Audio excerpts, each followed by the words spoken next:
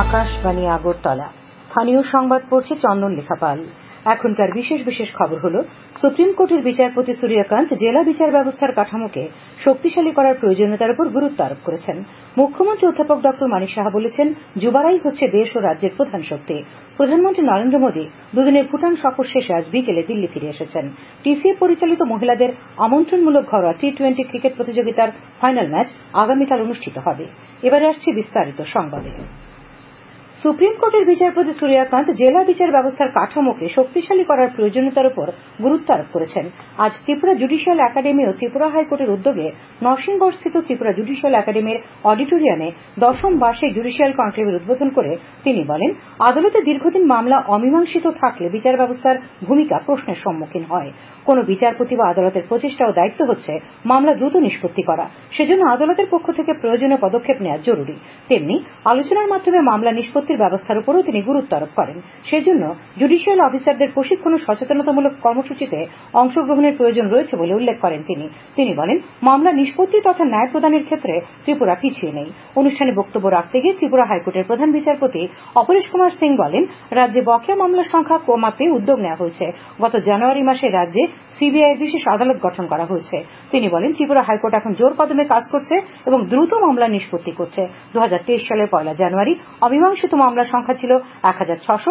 গতকাল পর্যন্ত তা কমিয়ে আনা হয়েছে 1170টিতে। লোক আদালতের মাধ্যমেও বহু মামলার নিষ্পত্তি করা হচ্ছে বলে উল্লেখ করেন তিনি। 10ম বার্ষিক জুডিশিয়াল কনক্লেভ উপলক্ষে ত্রিপুরা হাইকোর্টের বার্ষিক রিপোর্ট 2023 আজ প্রকাশ করা হয়। অনুষ্ঠানে স্বাগত ভাষণ দেন ত্রিপুরা হাইকোর্টের বিচারপতি অরিন্দম লোধ এবং ধন্যবাদ জ্ঞাপন করেন ত্রিপুরা জুডিশিয়াল একাডেমির ডিরেক্টর ঋষিকেশ চক্রবর্তী।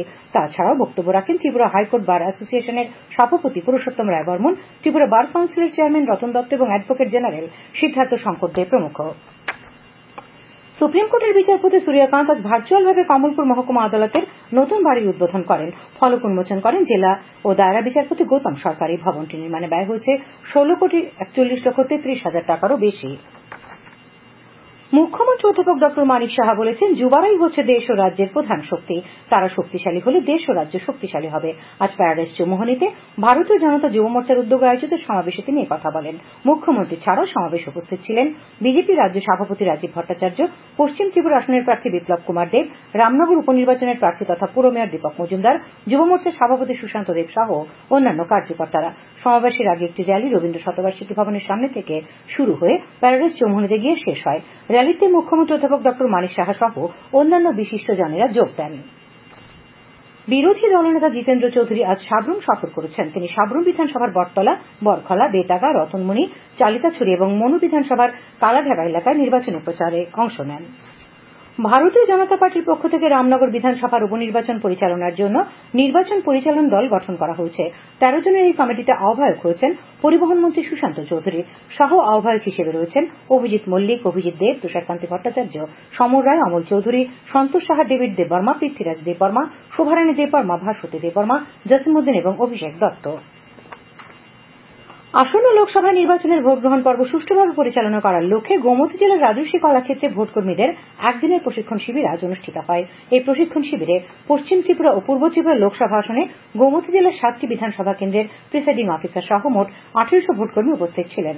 গোমতী জেলা ভিত্তিক এই প্রশিক্ষণ শিবিরে নির্বাচন সংক্রান্ত বিভিন্ন দিক নিয়ে আলোচনা করেন গোমতীর জেলা শাসক তরিতকান্তি চাকমা, অতিরিক্ত জেলা শাসক সুমিত লোধ, উদয়পুর মহকুমা শাসক জয়ন্ত চক্রবর্তী।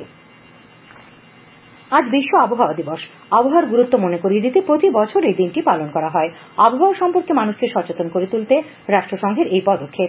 বিশ্ব আবহাওয়া সংস্থার প্রতিষ্ঠা দিবস হিসেবেও দিনটি পালন করা হয়। আগরতলার এমবিবি বিমানবন্দরস্থিত আবহাওয়া বিভাগে আজ এই উপলক্ষে নানা কর্মসূচির আয়োজন করা হয়। আবহাওয়া বিশেষজ্ঞ ড পার্থ রায় জানান, এবার বিভিন্ন বিদ্যালয়ের ছাত্রছাত্রীদের আবহাওয়া সম্পর্কে ধারণা দিতে উদ্যোগ নেওয়া হয়েছে। আজ বিভিন্ন বিদ্যালয়ের ছাত্রছাত্রীদের মধ্যে আবহাওয়া বিষয়ে কুইজ প্রতিযোগিতা অনুষ্ঠিত হয়।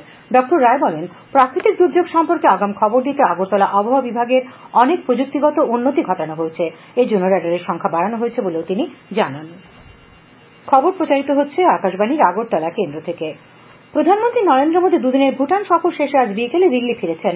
ভুটানের রাজা জিগমে খেসর নামগেল ওয়াংচুক বিমানবন্দরে শ্রী মোদীকে বিদায় জানান। সামাজিক মাধ্যমে প্রধানমন্ত্রী মোদী বলেছেন যে তিনি ভুটানের রাজার ব্যবহারে সম্মানিত হয়েছেন। তিনি ভুটান সফরকে অত্যন্ত বিশেষ বলে অভিহিত করে উল্লেখ করেন তার এই সফর ভারত ভুটান বন্ধুত্বকে আরও জোরালো করবে। তিনি অর্ডার অব দ্য ড্রুক গ্যালপে ভূষিত হওয়ার জন্য কৃতজ্ঞতা প্রকাশ করেন। তিনি ভুটানের জনগণকে তাদের উষ্ণতা এবং আতিথেয়তার জন্য ধন্যবাদ জানান।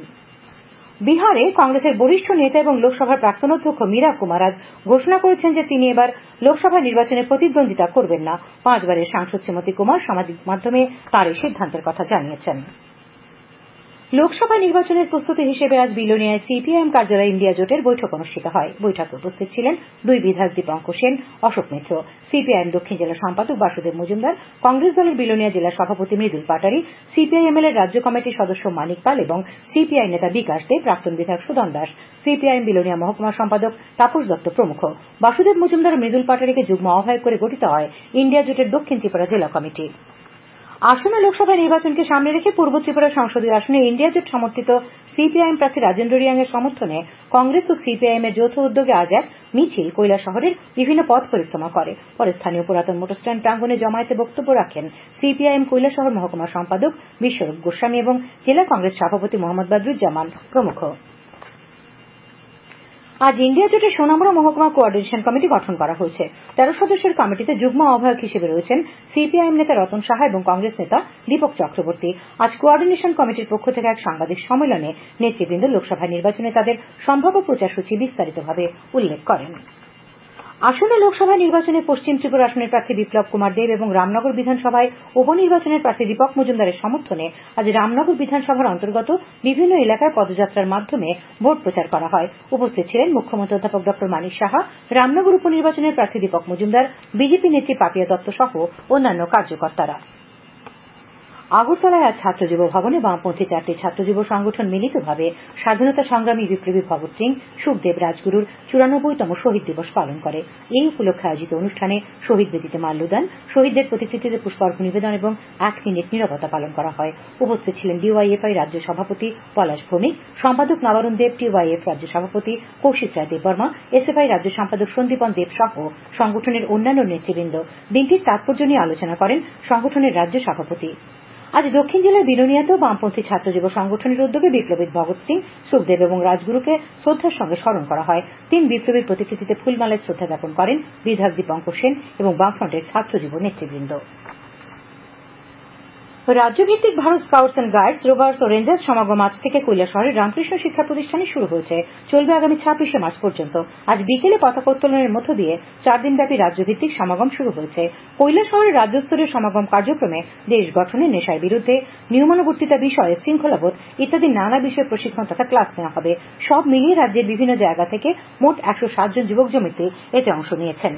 বিজেপি নেতা ও মুখ্যমন্ত্রী অধ্যাপক ড মানিক সাহা লোকসভা নির্বাচনকে সামনে রেখে আজ সিপাহীজলা জেলায় সাংগঠনিক বৈঠক করেন। বৈঠকে উপস্থিত ছিলেন ত্রিপুরা শিল্প উন্নয়ন নিগমের চেয়ারম্যান নবাদুল বণিক, সিপাহীজলা জিলা পরিষদের সভাধিনেত্রী সুপ্রিয়া দাস দত্ত, বিধায়ক তাফাজ্জল হোসেন, বিন্দু দেবনাথ, অন্তরা সরকার দেব। তাছাড়া বিজেপির সিপাহীজলা জেলা উত্তরাংশ ও দক্ষিণাংশ জেলা কমিটির সমস্ত কার্যকর্তারাও বৈঠকে উপস্থিত ছিলেন। লোকসভা নির্বাচনকে সামনে রেখে আজ প্রাচ্য ভারত স্কুলে বনমালীপুর বিজেপি মন্ডলের উদ্যোগে পৃষ্ঠা প্রমুখ কার্যকর্তা সম্মেলন অনুষ্ঠিত হয়। উপস্থিত ছিলেন পশ্চিম ত্রিপুরা আসনের প্রার্থী সাংসদ বিপ্লব কুমার দেব, বিজেপি রাজ্য সভাপতি রাজীব ভট্টাচার্য। সম্মেলনে সাংসদ শ্রী দেব বলেন, দলকে শক্তিশালী করতে পৃষ্ঠা প্রমুখরা গুরুত্বপূর্ণ ভূমিকা পালন করছেন। খেলার খবর। টিসিএ পরিচালিত মহিলাদের আমন্ত্রণমূলক ঘরোয়া টি-20 ক্রিকেট প্রতিযোগিতার ফাইনাল ম্যাচটি আগামীকাল অনুষ্ঠিত হবে। এমবিবি স্টেডিয়ামে সকাল 11টায় খেতাব দখলের লড়াইয়ে জুটমিল কোচিং সেন্টার খেলবে ব্লাডমাউথ ক্লাবের বিরুদ্ধে। টিসিএ পরিচালিত রাজ্যভিত্তিক অনূর্ধ্ব 13 বছরের ক্রিকেট প্রতিযোগিতার আজ 6টি খেলা হয়। এতে তেলিয়ামুড়ায় অনুষ্ঠিত খেলায় খোয়াই 98 রানে তেলিয়ামুড়াকে, নেপকো মাঠে বিশালগড় 3 উইকেটে সোনামুড়াকে, বিশালগড়ের জাঙ্গালিয়া মাঠে সদরে 9 উইকেটে মোহনপুরকে, ধর্মনগরের কলেজ মাঠে লংতরাই ভ্যালি 68 রানে কমলপুরকে, হাফলং মাঠে কৈলাসহর 9 উইকেটে গন্ডাছড়াকে এবং বিলোনিয়ায় অনুষ্ঠিত খেলায় শান্তির বাজার 6 উইকেটে সাবরুমকে হারিয়ে দেয়। টিসি পরিচালিত ঘরোয়া সুপার ডিভিশন লিগ ক্রিকেট প্রতিযোগিতার একদিনের সীমিত ওভারের আসরে আজ অনুষ্ঠিত দুটি খেলায় সংহতি ক্লাব ও শতদল সংঘ জয়লাভ করেছে। নরসিংগড়ের পিটিএ মাঠে সংহতি ক্লাব 1 উইকেটে ব্লাডমাউথ ক্লাবকে এবং টিআইটি মাঠে শতদল সংঘ 6 উইকেটে স্প্রিংবক ক্লাবকে হারিয়ে দেয়। শান্তিরবাজার মহকুমা ক্রিকেট অ্যাসোসিয়েশনের উদ্যোগে আজ বাইখোড়া মাঠে সিনিয়র টি20 ক্রিকেটের দুটি ম্যাচ হয়। প্রথম ম্যাচে মুহুরীপুর জনকল্যাণ সমিতিকে 4 উইকেটে হারায় রুলসাংগ্রামা। দ্বিতীয় ম্যাচে 10 উইকেটে রেক্স ক্লাব হারায় পাঁচপল্টন ক্লাবকে। আবহাওয়া, আগামীকাল আকাশ আংশিক মেঘাচ্ছন্ন থাকবে। দু এক জায়গায় বজ্রবিদ্যুৎ সহ হালকা বৃষ্টিপাতের সম্ভাবনা রয়েছে। তাপমাত্রা সর্বোচ্চ 30 ডিগ্রি সেলসিয়াস এবং সর্বনিম্ন 20 ডিগ্রি সেলসিয়াসের কাছাকাছি থাকবে। আজ দিনের সর্বোচ্চ তাপমাত্রা ছিল 32.2 ডিগ্রি সেলসিয়াস এবং সর্বনিম্ন 19.3 ডিগ্রি সেলসিয়াস। আগামী 24 ঘন্টায় রাজ্যের সব জেলায় বিক্ষিপ্তভাবে বজ্রবিদ্যুৎ সহ বৃষ্টিপাতের সতর্কবার্তাও জারি করা হয়েছে। শেষ করার আগে খবরের বিশেষ অংশগুলি আরেকবার। সুপ্রিম কোর্টের বিচারপতি সূর্যকান্ত জেলা বিচার ব্যবস্থার কাঠামোকে শক্তিশালী করার প্রয়োজনীয়তার উপর গুরুত্ব আরোপ করেছেন। মুখ্যমন্ত্রী অধ্যাপক ডক্টর মানিক সাহা বলেছেন, যুবারাই হচ্ছে দেশ ও রাজ্যের প্রধান শক্তি। প্রধানমন্ত্রী নরেন্দ্র মোদী দুদিনের ভুটান সফর শেষে আজ বিকেলে দিল্লি ফিরে এসেছেন। টিসি পরিচালিত মহিলাদের আমন্ত্রণমূলক ঘরোয়া টি20 ক্রিকেট প্রতিযোগিতার ফাইনাল ম্যাচটি আগামীকাল অনুষ্ঠিত হবে। স্থানীয় সংবাদ আজকের মতো এখানেই শেষ হলো।